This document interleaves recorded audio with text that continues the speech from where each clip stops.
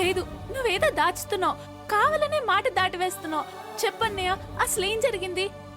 అబ్బాబే ఏం లేదమ్మా, నువ్వు భయపడేందుకేం జరగలేదు. కానీ నువ్వు బాధపడేంతగా మాత్రం జరిగింది. అందుకే ఆ కళ్ళు ఎరిపెక్కాయి, నీ గుండెలు బరువయ్యాయి, కన్నీళ్లు చెరువయ్యాయి. చెప్పన్నయ్య, నిజం చెప్పు. ఎన్నిసార్లు చెప్పను ఏం జరగలేదని? ఏమన్నా జరుగుంటే చెప్పరా? నేను ఊరికే నస పెడతా ఉన్నా సార్. వాళ్ళు లేకపోతే మనం బతకలేమా? చిన్నప్పుడే అమ్మ చచ్చిపోయింది, మనం బతకలేదా? మన నాన్న చచ్చిపోయి బతకలేదా? రేపు నేను పోతాను, బతకవా? చేస్తావా? అసలు నీ చదువు కోసం ఈ ఊరు వచ్చాం, మరి మనం ఉండడానికి చోటు కావాలి కాబట్టి వాళ్ళ ఇంట్లో ఉన్నాం. అంత మాత్రం చేత జీవితాంతం వాళ్ళ ఇంట్లో ఉండిపోతావా?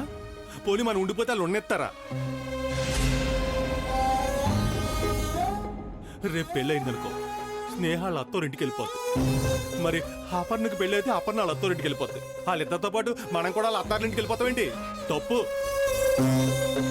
అది కాదు. వద్దు, నాకేం చెప్పొద్దు, నేనే విన్నా.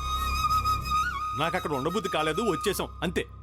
వచ్చేసావు అంటే ఎందుకు వచ్చేసావు, ఏం జరిగితే వచ్చేసావు, ఏం బాధ కలిగితే వచ్చేసావు అని ఇలాంటి ఎదవ ప్రశ్నలు లేకు. కీర్తి, నువ్వెన్ని ప్రశ్నలు వేసినా నేను సమాధానం చెప్పలేనే. చెప్తే అర్థం చేసుకునే వయసు నీకున్నా, మీ అన్నయ్యకి చెప్పేంత మనసు లేదు. మర్చిపోదాం.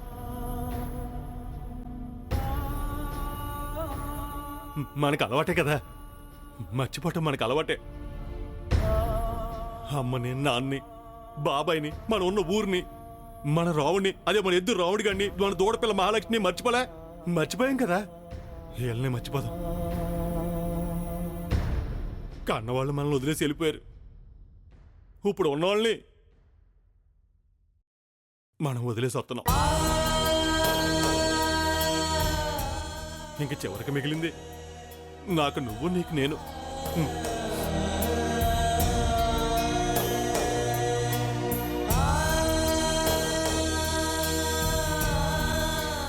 సారీ రా అన్నయ్య, ఏం జరిగిందో తెలుసుకోవాలని నిన్ను బాధ పెట్టానే తప్ప నువ్వు చెప్పుకోలేనంత బాధపడ్డావని తెలుసుకోలేకపోయాను. ఇంకెప్పుడు అడగను, నిన్ను బాధ పెట్టను. బలిదానివా? ఏంట కన్నీళ్ళు? నువ్వు ఎడితే నేను చూడగలనా? తట్టుకోలేను. నువ్వెప్పుడే ఆడకూడదే, నువ్వెప్పుడు నవ్వుతూ ఉండాలి. అయితే నువ్వు ఏడవకూడదు. నేను ఆడవడం ఏంటి? నేను ఎప్పుడే ఆడవను, అసలు ఆడవను నేను. కావాలంటే కళ్ళు చూడు. పోరా, ఇంతలోనే ఏడిపిస్తావు, అంతలోనే నవ్విస్తావు. ఇప్పుడు మనం ఎక్కడికి వెళ్తున్నాం? నీ చదువు పూర్తయ్యే వరకు మనం ఇదే ఊళ్ళో ఉంటున్నామే. ఇక్కడ? అవునమ్మా, మనం ఇదే ఊళ్ళో ఉంటున్నాం, నువ్వు అదే కాలేజీలో చదువుతున్నావు. కాకపోతే ఒక్క మాట, మనం ఈ ఊళ్ళో ఎక్కడ ఉంటున్నామో, ఎలా ఉంటున్నామో అపర్ణాలకి తెలియకుండా జాగ్రత్త పడదాం. నీ చదువు పూర్తయిపోగానే మన ఊరు వెళ్ళిపోదాం. అప్పుడు దాకా ఇల్లు కావాలిగా. అవునే, అందుకే నెక్స్ట్ మనం ఇంటి పనే చూద్దాం. అంతకంటే ముందు ఆకలేతుంది, తిండి సంగతి చూద్దాం. నాకు తినాలని లేదురా. ఏడ్చేర్చి మొహం చూడు ఎలా ఉందో. మనం అద్దిల్లు ఎతకాలంటే కాంత ఓపిక కావాలి కదా, మరి ఓపిక కావాలంటే కాంత తినాలి కదా.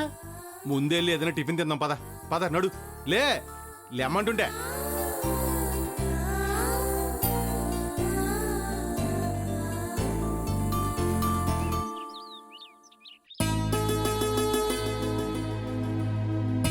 ఏంటి అందరూ నిశ్చితార్థం హడావుల్లో ఉన్నట్టున్నారు? అవును మేడం. ఇంకేముంది, ఈ రోజు నిశ్చితార్థం, నెల తిరిగేలోపు పెళ్లి, ఆ తర్వాత హనీమూన్. నీ జాతకం ఏంటో కానీ ఇలా అనుకోగానే అలా సెట్ అయిపోతున్నాయి.